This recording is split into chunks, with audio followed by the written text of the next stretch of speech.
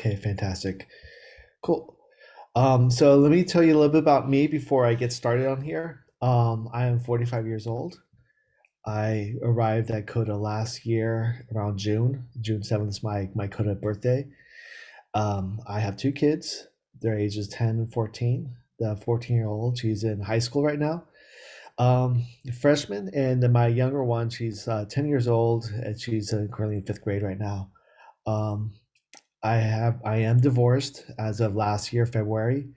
And from February through June of last year, I was really trying to understand like how did this happen as far as my coming to be, as far as becoming divorced, and then why things kind of fell apart. And I was really kind of searching for kind of like understanding about how things came about. So um, through this journey of Coda, I've learned a lot of different things, and I'm happy to present the things I've learned about.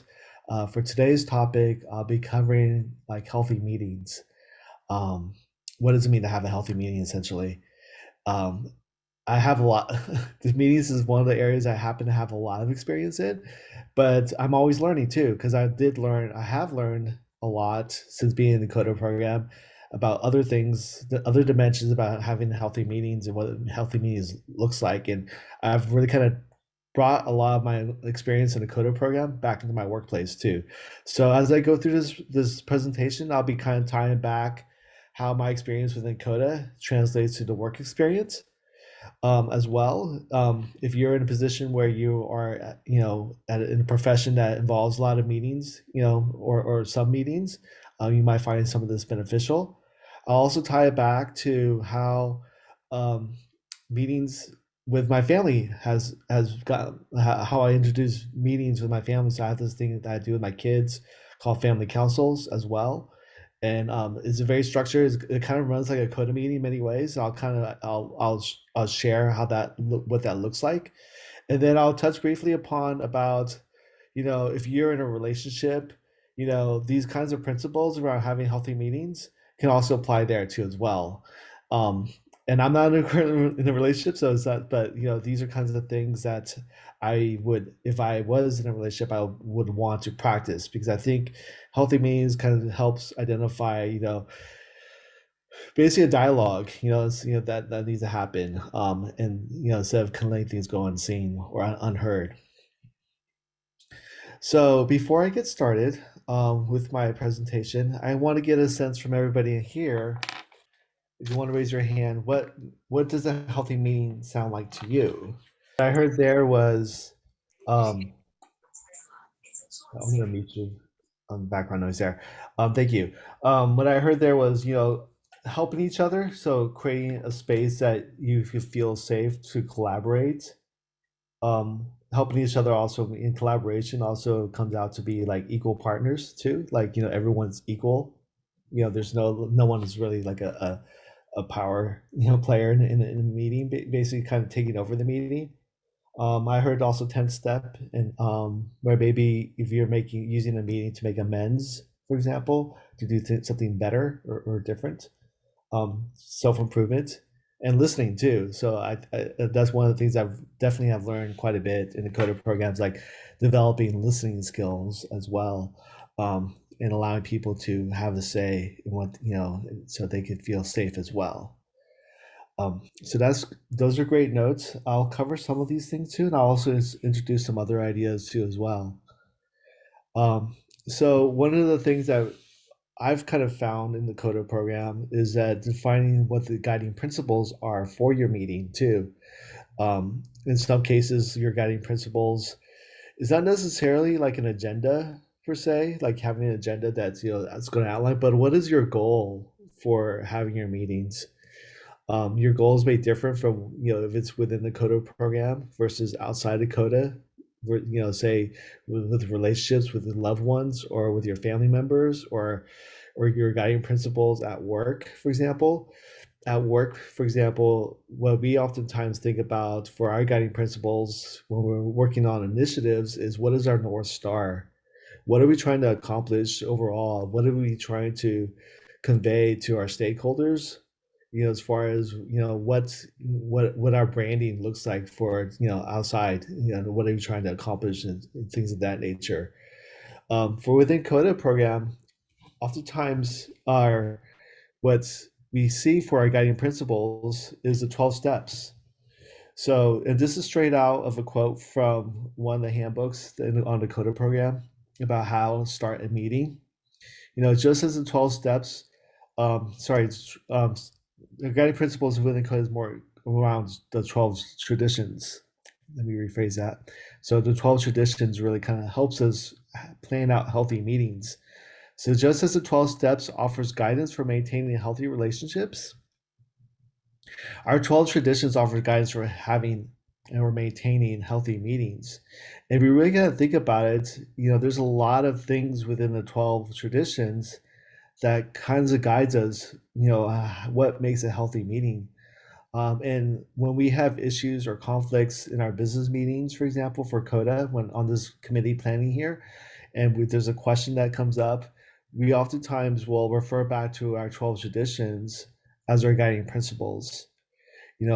For example, it might be, tradition 5, which I'll cover in the second round, like, helping the newcomer. Other traditions out there, and I'll cover some of these later on, but it's around like making sure that our CODA meetings are accessible for everybody, for example, that we're not turning people away. So the 12 traditions really kind of helps us, maintain our healthy meetings and allow people to feel welcome and learn and collaborate and have a safe place for us to share. We've read through all these at the beginning of our call already, those 12 traditions for Codependent Anonymous. This is also available on coda.org as well. It's also available on our Blue Book. So I'm not going to ask us to reread through this during the workshop. I did a couple weeks ago. We read through this as part of this workshop, but just realize that the 12 traditions are really here to help us to have healthy meetings, and these 12 traditions also lend themselves in other ways too. You may have heard of the relationship toolkit, which is also based on the 12 traditions as well. I have seen other people like use the 12 traditions to write their vows, to with their significant others as well as more along like how they're going to carry out their relationship, forward. So with tradition 5, if we look at this tradition here, we can see that, just to read it out loud here, every group has but one primary purpose: to carry his message to other codependents who still suffer. And so with this right here, with every meeting that we have, every workshop that we have, our one of our guiding principles is to make sure that we are very welcoming to other newcomers that are coming here to these programs, whether it's your first time or your second or third. But our primary purpose is really to carry this message to other codependents. Um, and that's one of the things when I talk to my sponsor, he always encourages me when I do a personal share, for example, when I'm sharing my own experience, strength and hope for 2 or 3 minutes, or if it's for like a 90-minute share, whatever it might be, that I am showcasing what that message will convey to a newcomer, for example. If I just do a personal share for 2 3 minutes and all I do is like my life is falling apart and there's no hope for me, and it's like that's not really helping other codependents. But once I started gaining enough recovery work, and I could share how my experience in the Coda program became a catalyst for change, has become more of seeds for growth, I can start conveying to other people who are still suffering how working the steps within the Coda program, attending workshops, where I was a year ago to where I am now, and what kind of improvements have I seen, and what kind of things, how the Coda promises has become more true to me. So when we go through our meetings and workshops and things of that nature, what we're really aiming for is to help other people who are still suffering, and that's really kind of helps us guides one of the guiding principles within having a healthy meeting within Coda. Um, some examples. Now I gotta need to take a look at my notes here. So some examples of how tradition 5 is lived.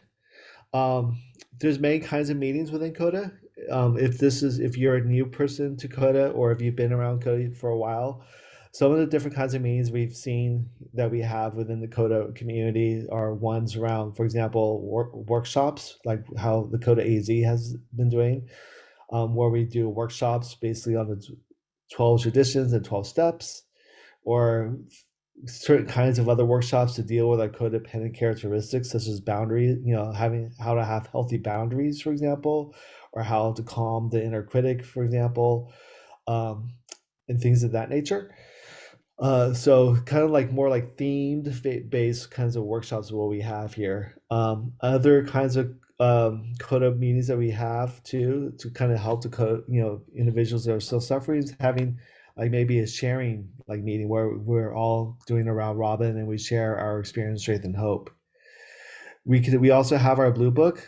I've been on some meetings where they focus very much on doing a reading from the blue book for about 15 minutes, and then they share their experience, strength, and hope. And I really I love reading out the Code of Blue book because there's all kinds of stories in there that kind of conveys how people have before they came to Coda, they what struggles they've had, their experience before Coda, and how Coda has really kind of helped them, and it's very relatable material as well.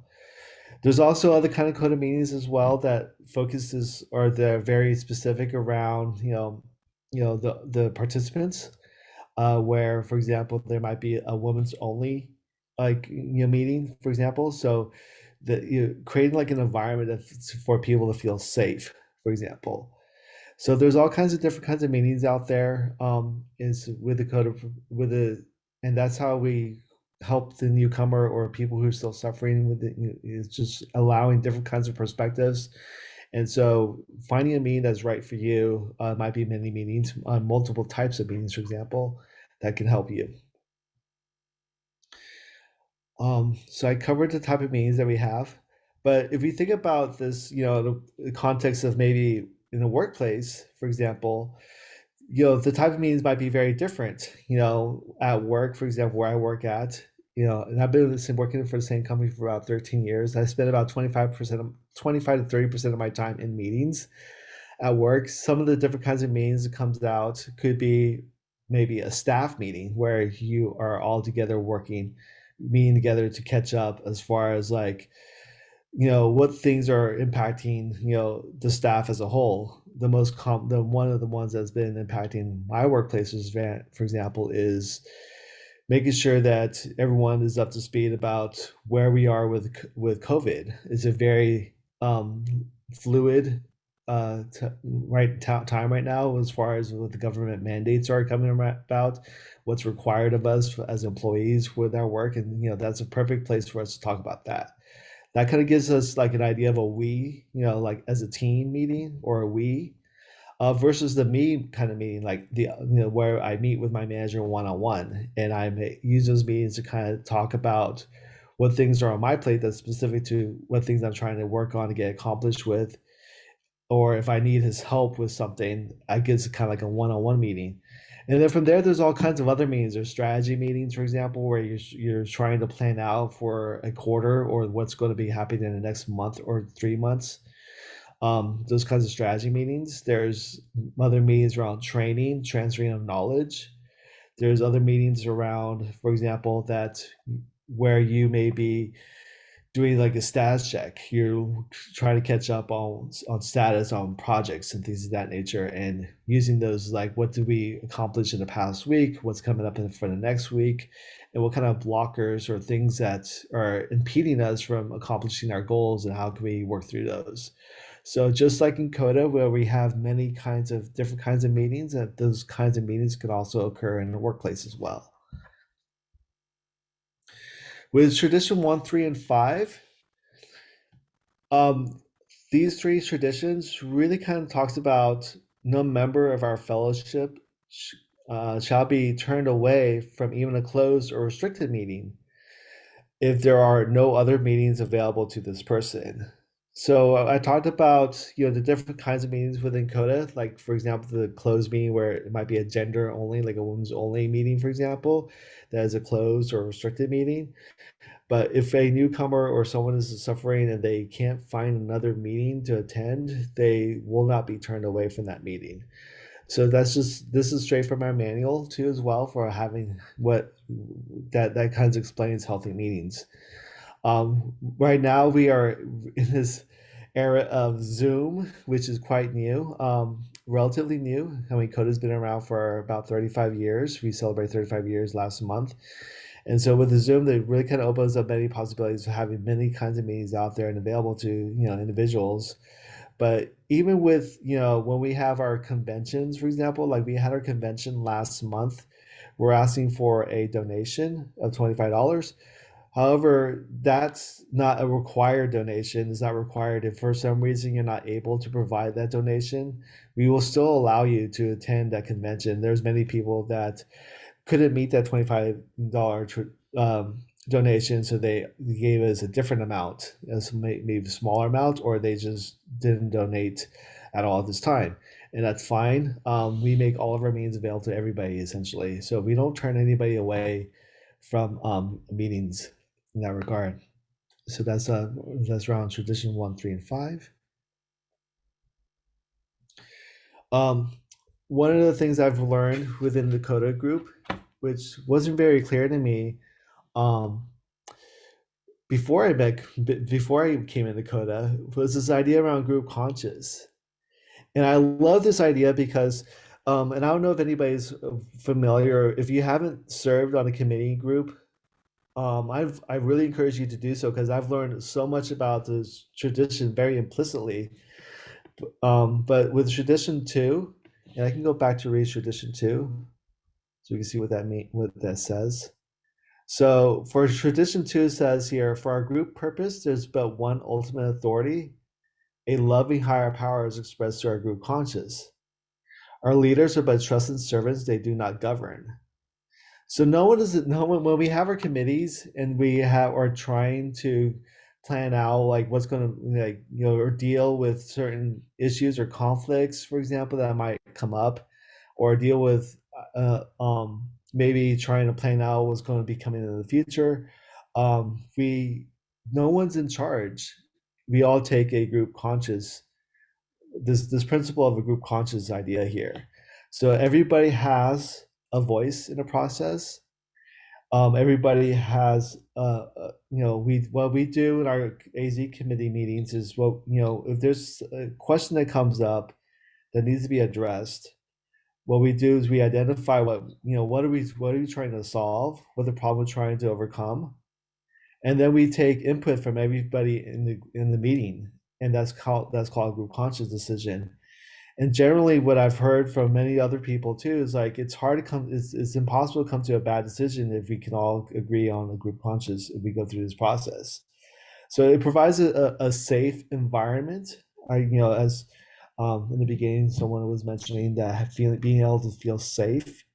And when we take a group conscious decision, what we do is we take a round robin. So if they say there's 5 people in that meeting, and we're trying to overcome maybe an issue about like our video recordings, for example, like how can we be more efficient about video recordings? Or maybe the question might be come up is, should we extend our video recordings to be on a podcast, for example, like have an audio stream in addition to our video streams. So what we do with those kinds of group conscious is we do a round robin or we rotate between individual in the meetings, and we get input from people.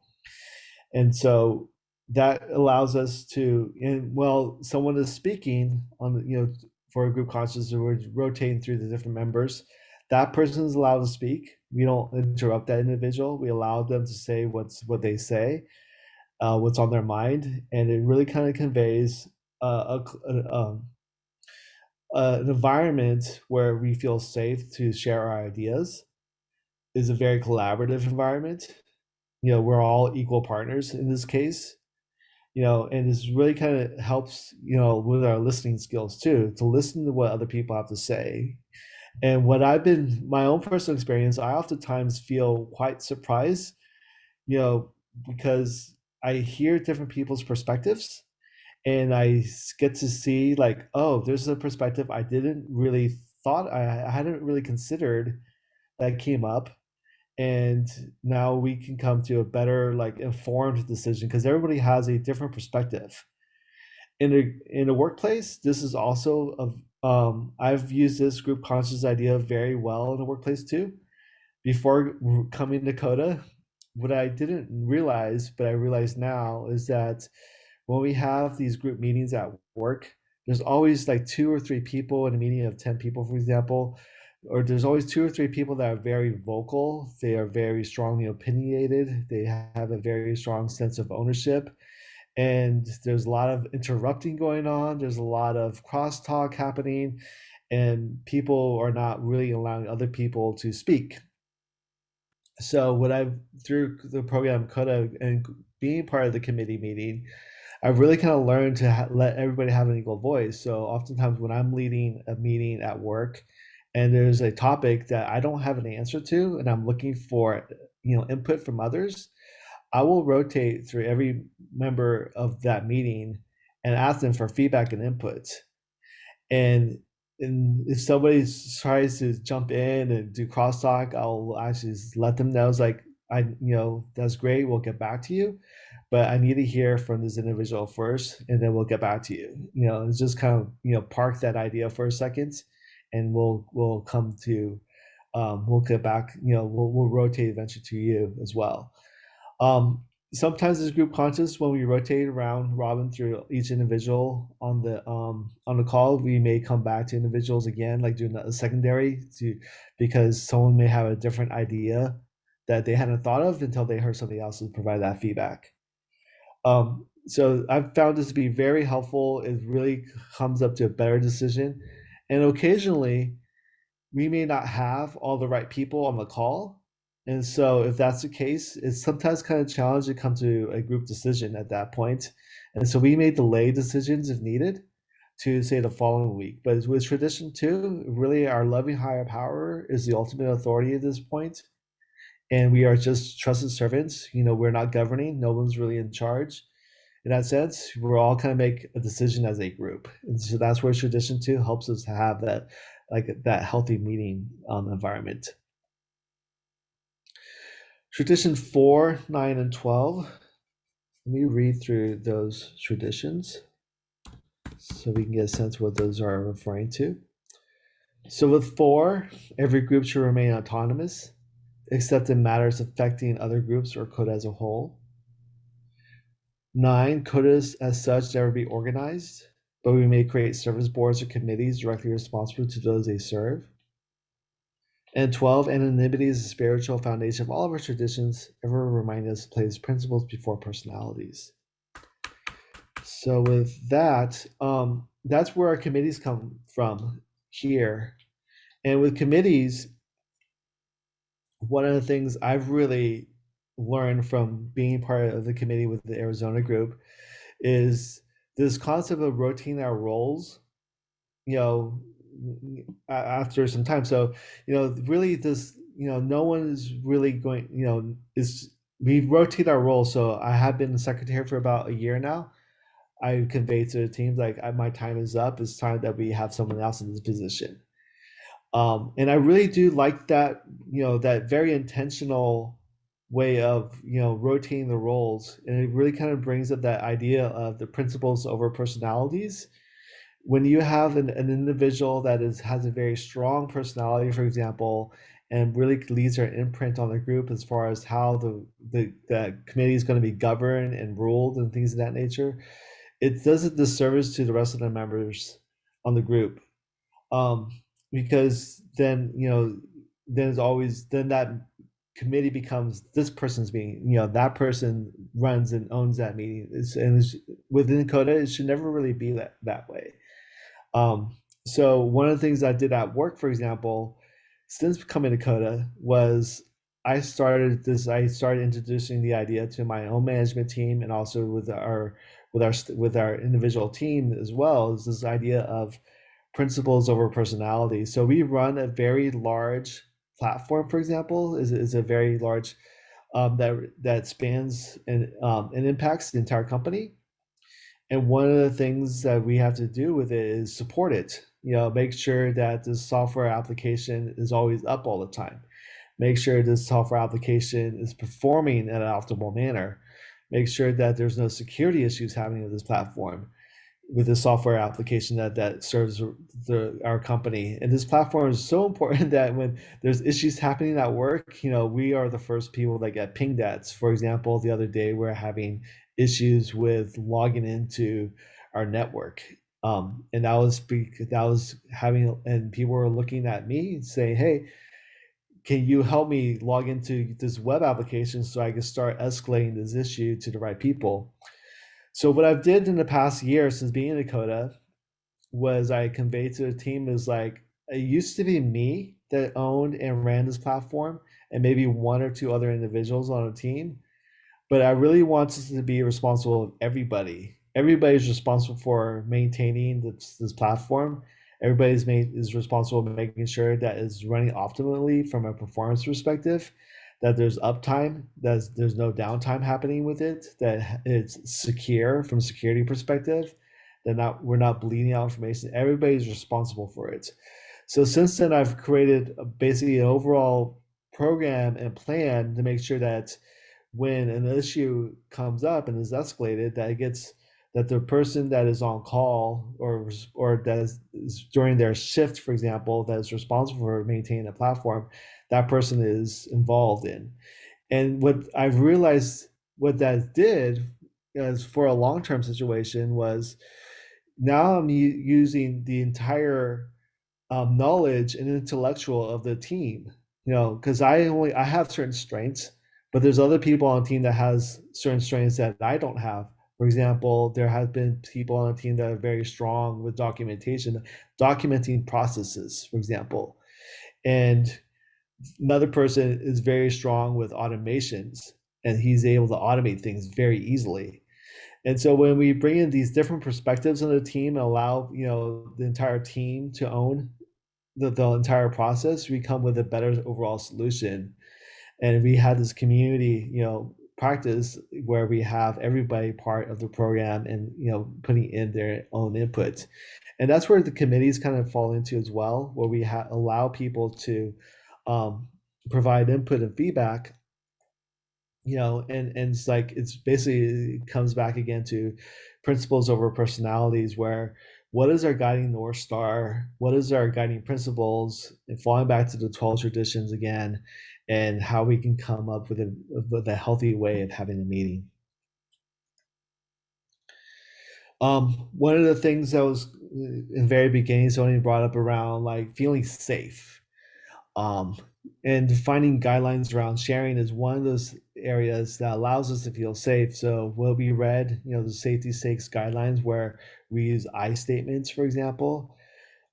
We allow other people to share without interrupting them. And, so things of that nature has really kind of I've learned quite a bit here in this program. Before Coda, I would at work, I was always interrupting people because I kind of felt in my mind, I knew what they're going to say. So why do I need to wait until they complete their sentence? I was just going to step in and interrupt right away. So, but now being a part of the program within Coda and learning about using I statements, listening to what other people have to say, makes the place feel safe, and it allows us to share without feeling the sense of judgment, for example. It allows us to feel validated that we can share without being reprimanded, for example, like there's no crosstalks. I The first time I shared about how my divorce was going, and how this something I felt I was kind of ready for to be reprimanded for my behavior, and but that didn't happen. So I really kind of felt from then on I felt safe to share about what my experience with the Hope in the program has been. Um, so I'm going to start with beyond Coda meetings.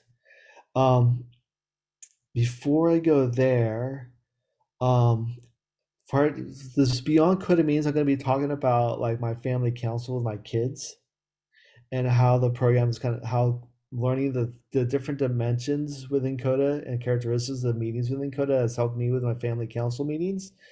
I have, like as I mentioned before, I have two kids, 10 and 14. We hold meetings every single Monday.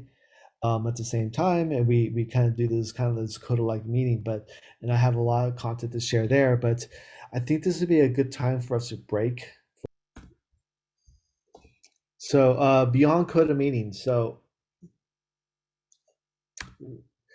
what I started doing is I started having coda like committee meetings with my kids, and I call it family council meetings.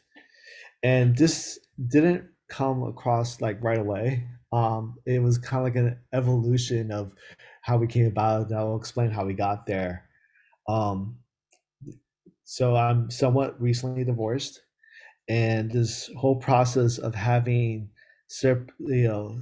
co-parenting with my ex-wife, um, is somewhat challenging. And so one of the things that has come up is that I mean there's conflict that comes up, and how do you deal with those conflicts? And just like that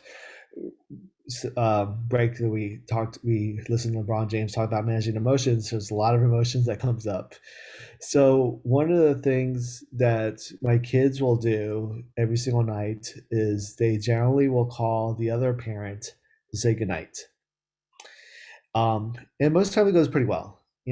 Sometimes it gets kind of contentious. So last year there was a one evening when it was my co-parenting time. I had my kids with me. They called their mother to say goodnight, and the kids were fighting over the phone.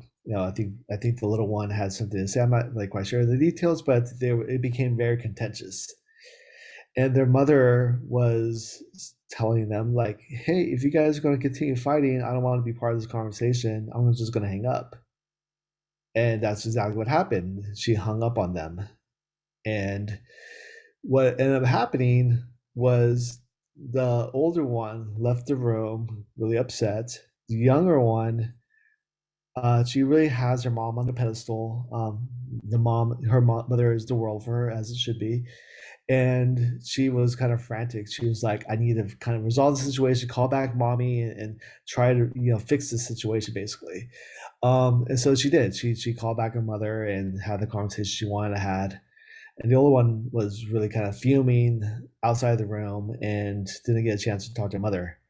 So I saw the situation. It was like, oh my gosh, okay, how do now I have two very upset kids at each other. It's my co-parenting time.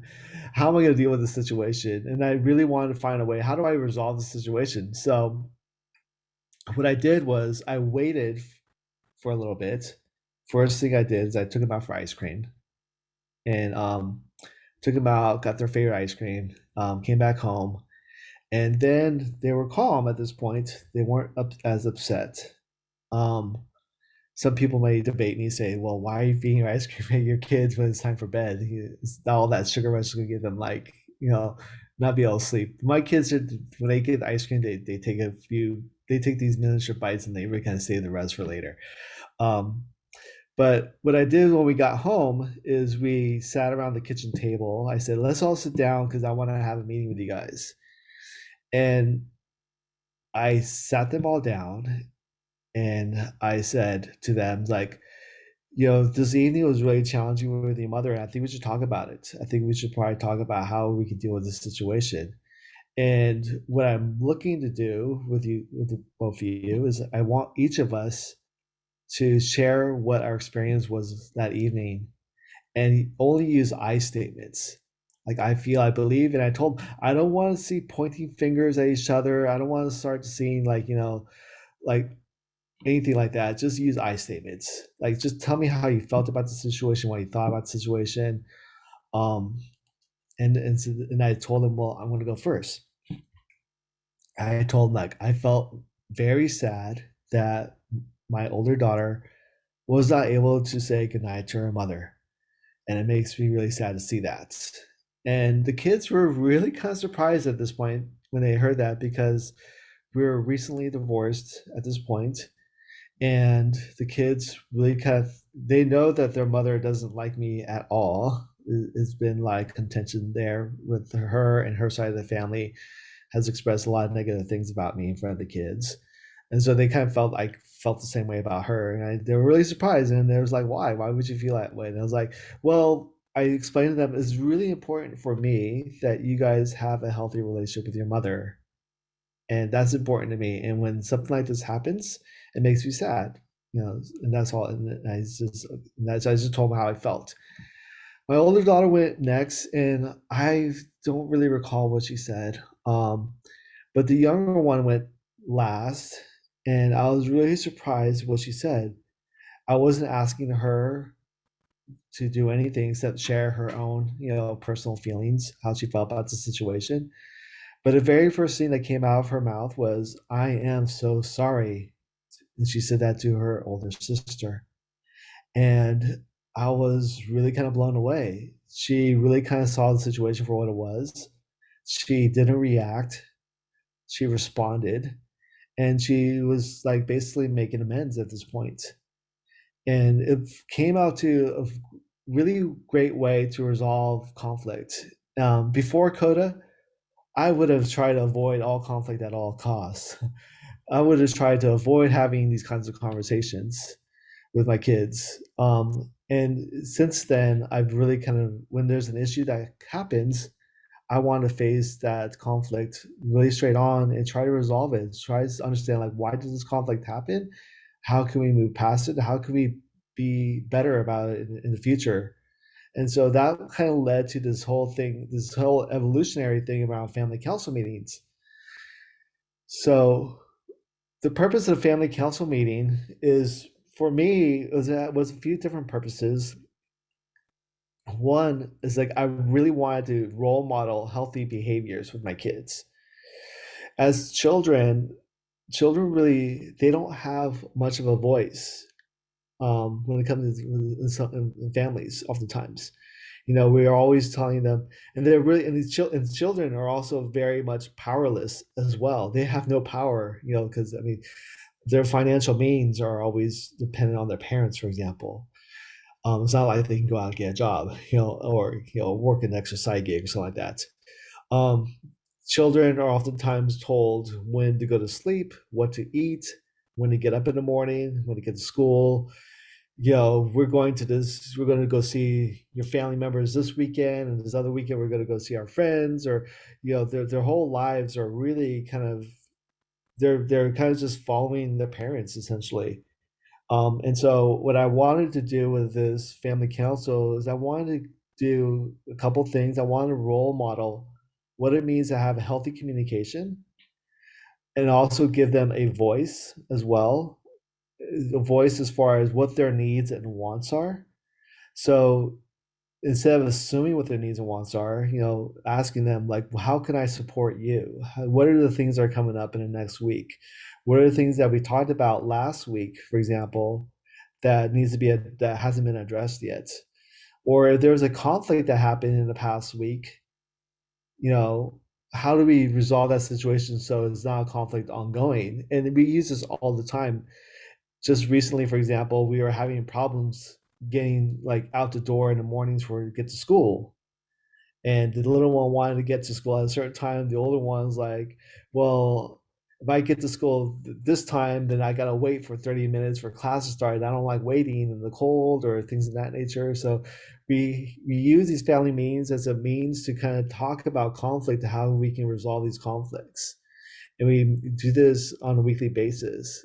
And and it's like whenever there's something that comes up, I use this opportunity to to talk about things, how we could do better, so we're not constantly fighting all the time. It's not like Groundhog Day, where the same getting to schools becomes a contentious period for us. It becomes very stressful. It really kind of helps us as a way to communicate with ourselves and how we could be better.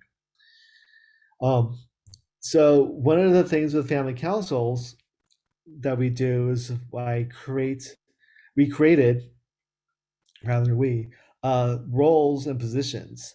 So just like at a Coda business meeting, for example, where you may have, say, a chair and a co-chair, a secretary, someone that owns like the technology piece of of a virtual meetings and things of that nature. We created roles and positions within our family council meeting. So one role, and we rotate these on a weekly basis. So it's not like, there's 3 months role in this one role, but we rotated them weekly. So one role we have is the leader. The leader really, what they lead is they lead the meeting. They also set a time boundary as well. So it might be like a 10-minute time boundary or a 25-minute boundary, whatever that leader wants to set as a time boundary. We have a minimum of 9 minutes, but they create a time boundary as well, and they run the meeting. The second role, because there's three of us that we have, is we have a role around note taking. We call it the note taker role. An events meeting might be a secretary, and this role of note taking became beneficial in many ways. It's not written down on a computer by any means. It's written down in a notebook.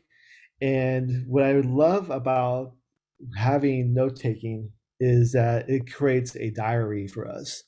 We can look back a year ago and see what we talked about a year ago. And when we do these meetings with kids, the kids are very illustrative. My children, they like to draw on these into the notes and illustrate, things that happened that week or coming up in that week. And it becomes very illustrative. It becomes very where we can also refer back to, like, I'll oftentimes will ask them, what do you guys want for lunch this week? Or where are we going out for dinner this weekend? And I'll refer back to the notes, and I'll use the notes to because I'm very forgetful, but I'll use the notes to see that as well. And then the last role that we have is a questionnaire. So a part of our agenda for these weekly meetings that we have is we have a book that has a bunch of questions in there, like over 200 questions in there, and they kind of prompt like lively discussions. And so that person kind of like in the Coda meeting, that might be like the literature person in a sense. I mean, not quite the same, but it's basically the position where someone's in charge of taking care of the question book, basically, and they'll read the question of the week, basically, from that book. And then we just rotate the roles. And the following week, we just rotate the roles. So the person who was leader last week is now the note taker, and the other roles rotate just as well too as well. So these meetings also, we allow each person to have a voice as well. So just like how we have in CODA meetings where we have group conscious decisions, we do the same in our family council meetings. We also allow people to, or family members to, when they're sharing something, to allow them to speak. It's like using like I statements, but also not interrupting them as well. So it allows children to have a voice as well. It's let them know what their needs and wants are, so they can voice what their needs and wants are. But it also allows me to kind of convey to them what my needs and wants are too as well. Like, what am I looking for? So I didn't enjoy having a contentious morning. I held my tongue that morning. I just, okay, this is something that perfect opportunity to bring up in a family council meeting when we're all calm, and so I know that we have a place where we can discuss things. So, and it allows my kids too to also convey to me things that they are looking for as well. Sometimes it might be like, an issue that they need to resolve, whether it's at school or at home or something of that nature, but it allows kids to have a voice. So nobody runs the meeting per se, or we're all collaborating together and having a voice together. The other thing too that I oftentimes enjoy doing in these family council meetings is sometimes especially when it's my turn to be leader, I'll try to think of a topic to think about. Um, and as leader, I might say to them, like, tell me what the difference between fitting in and belonging. What does that mean to you? Or tell me an example of when a weakness can be considered a strength. Or what is a boundary? What's a healthy boundary? And what does that mean to you? Those are kinds of topics. Some of them are kind of like coda related kind of topics, when we talk about boundaries, for example, or talking about, fitting in versus belonging, where we talk about those kinds of things and I have a dialogue with them. And occasionally I'll bring up some topics that are more challenging to talk about. We had a topic about a month ago that we talked about sex, and I told them basically, I don't want this topic to be a taboo topic. It's going to come up. And what do you guys know about sex? Let's talk about this. And it's interesting because I was a little surprised that my older one didn't know as much as I thought she knew. So I was glad that we talked about it. And the little one, I just could see her like her mind is being blown. She was taking notes that day, and it was kind of humorous to see in a note big cap letters, all caps, and like 12 underlines underneath it. What she wrote was the talk in all caps, like we had the talk, which is, it's surprising, but I just want to have like an open discussion with them, and I just told them, like, this is a topic that I don't want it to be taboo. I think it's healthy for us to be kind of open about this and discuss what this is, and because it's going to eventually come up, and I would want you guys to be aware of what it is and not have to think on the spot, for example, not have to kind of react to the situation, but have enough knowledge and information so you can actually respond if it does come up. And so kind of give them a sense of, safety too, that they can talk to me about it if it does come up. And so it gives opportunities to have these kinds of discussion with the kids as well. The other thing that so I said that we use literature. So I mentioned that we have a role where we use a question book, for example. So I'll use that. Um, so I've already kind of covered that as well. So we have a book of questions. And then what we do is we end with affirmations. So with our affirmations, I encourage them to say, okay, we're going to end with our affirmations. I'll say something to the effect like, I am a, a magnificent being. My kids oftentimes will say things with gratitude, like, I am grateful for having a home, or I am grateful for having a great dinner tonight, or things of that nature. So I end every single meeting with having like affirmations. If you've been to these AZ meetings before, like, I oftentimes end my own meeting, these workshops, with affirmations as a whole when I'm hosting the call as well. I think, giving, this opportunity to think about, like, affirming yourself in a positive manner, using I statements, and, like, it's like, I think it's fantastic. I practice this every single day. So to recap, oh yeah, I talked about documenting the meeting. Let me see what other slides I have. Um, so here's some examples of some documentation, I guess, of meeting notes. This was taken, I think this is Aaron March there. I think it was actually on May 3rd here. There's a conflict in dates here, but in any case, you can see here that we have our different roles up here. Our topic today was act of kindness. That topic was around, it came from a book, for example. It was around, like, if you're feeling down or like kind of like, sad or something like that. Oftentimes doing an act of kindness helps lift up your spirits. So like texting a friend or helping somebody helps. I think my youngest one, she always likes her soda. She was probably asking for Fanta. Um, oh yeah, so it was around May 3rd because we're talking about Mother's Day here. So we're talking about what kinds of things they could do for their mother for Mother's Day.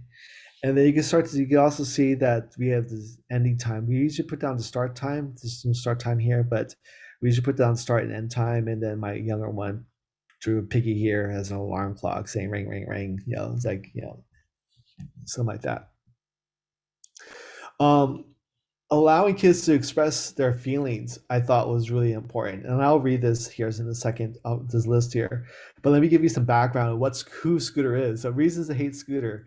So last year, during the pandemic, and I'm still doing a little bit from time to time, not as much now, but what I was doing like a lot of dog sitting. And we had this one dog that was a mix between a pug and a Jack Russell Terrier. He was 13 years old, still quite lively, still very active. He wasn't fixed. I think that was part of the problem.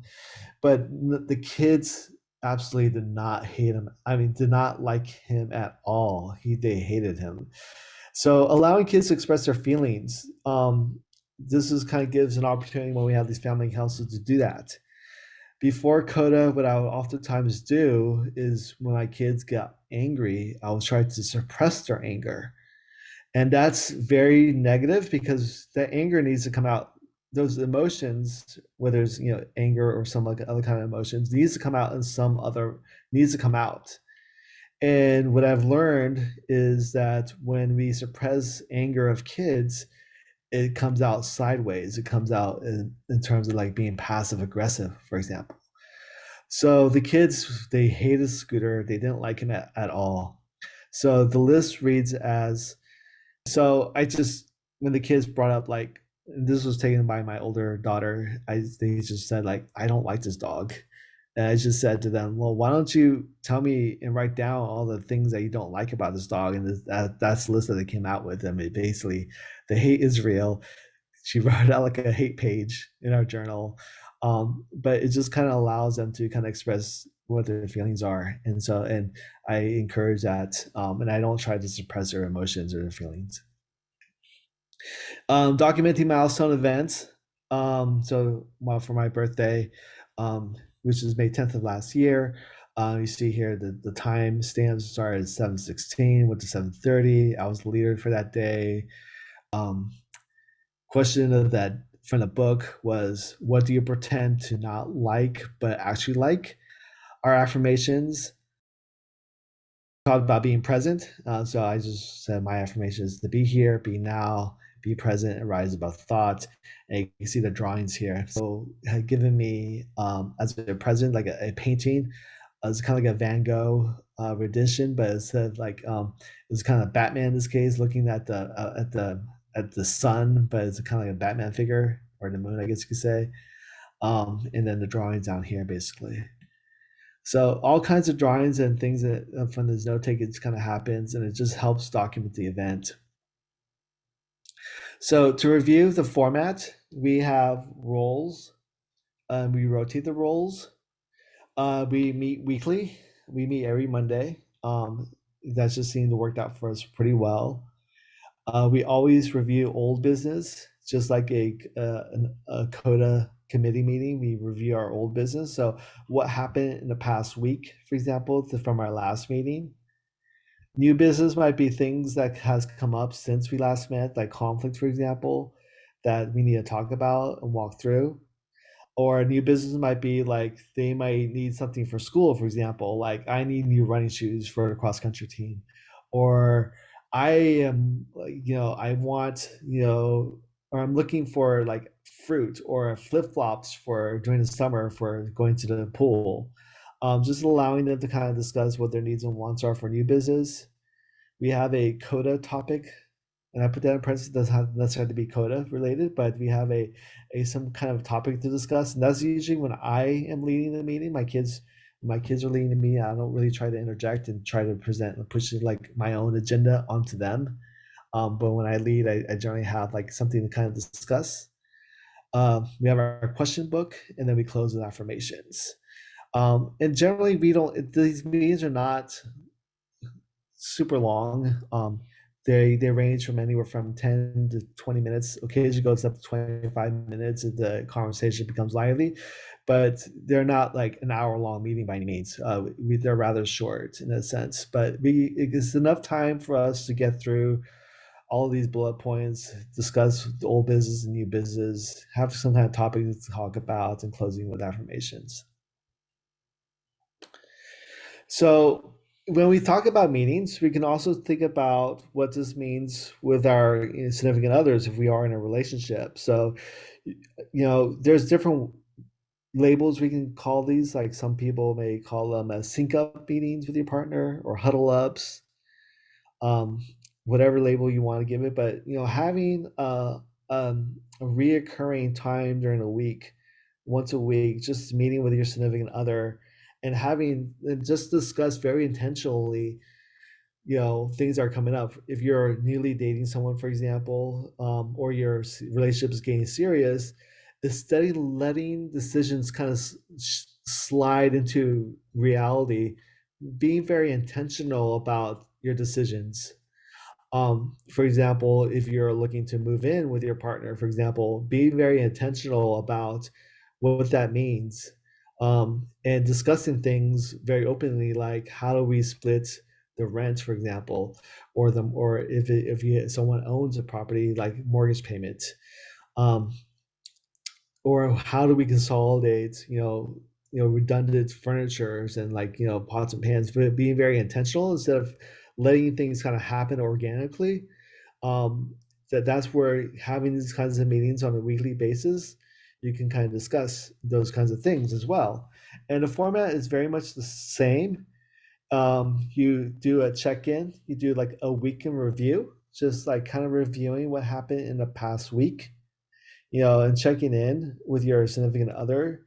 Um, if you are living together, you might be checking in as far as like what happened in the past week, whether if you have children, for example, with the kids, or what happened in that past week that needs to be discussed. Like if there's some kind of contentious situation that came up, like just what happened in the past week, and using that opportunity to discuss it.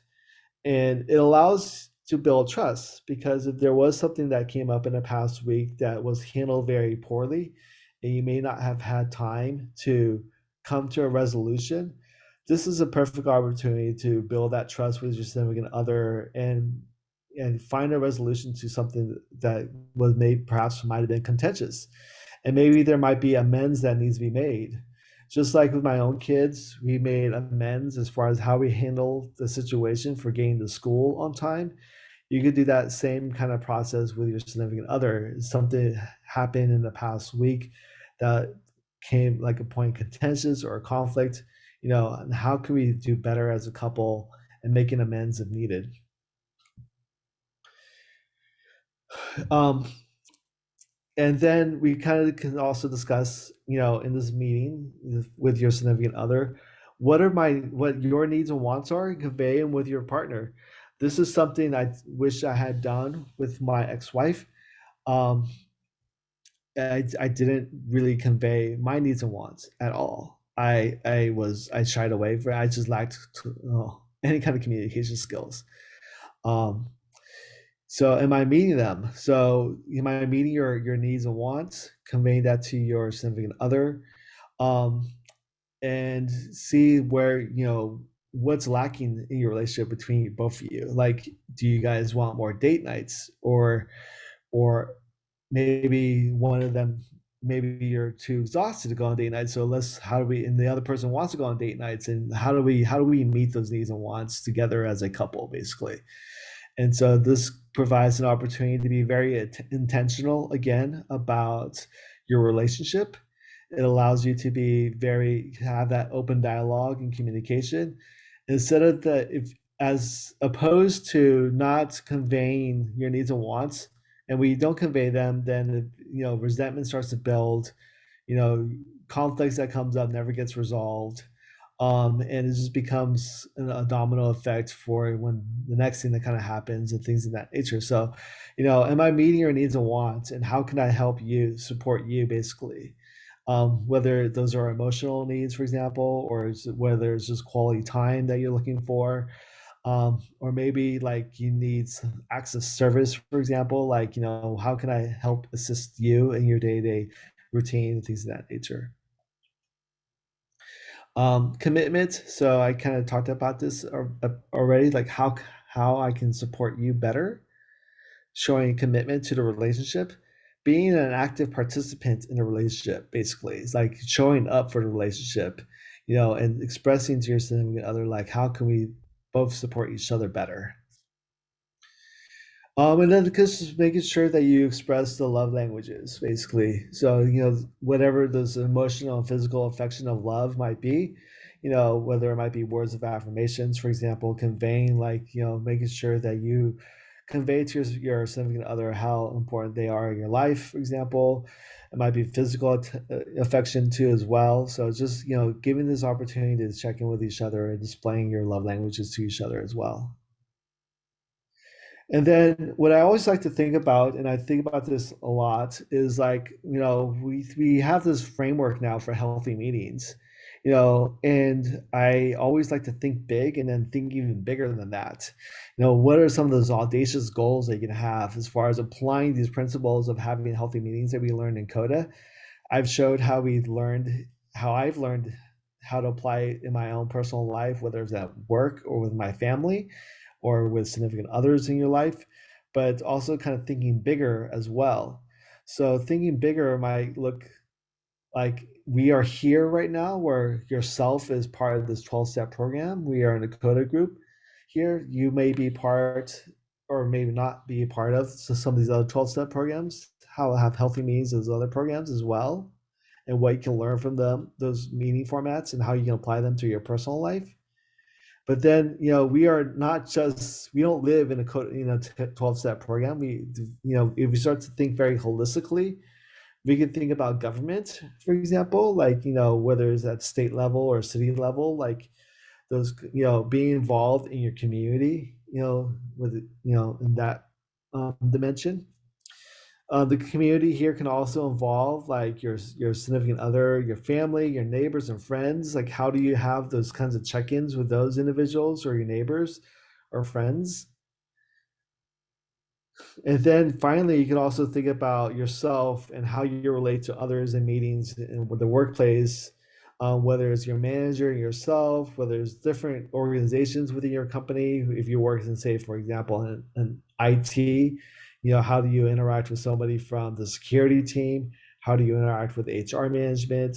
How do you interact with, these other kinds of groups within your company as well? And then your own individual team as well and what peers you may have that's outside of the team.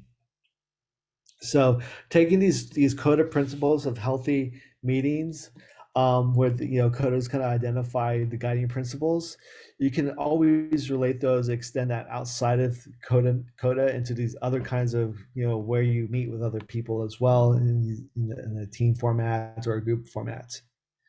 So that's all I have for my presentation.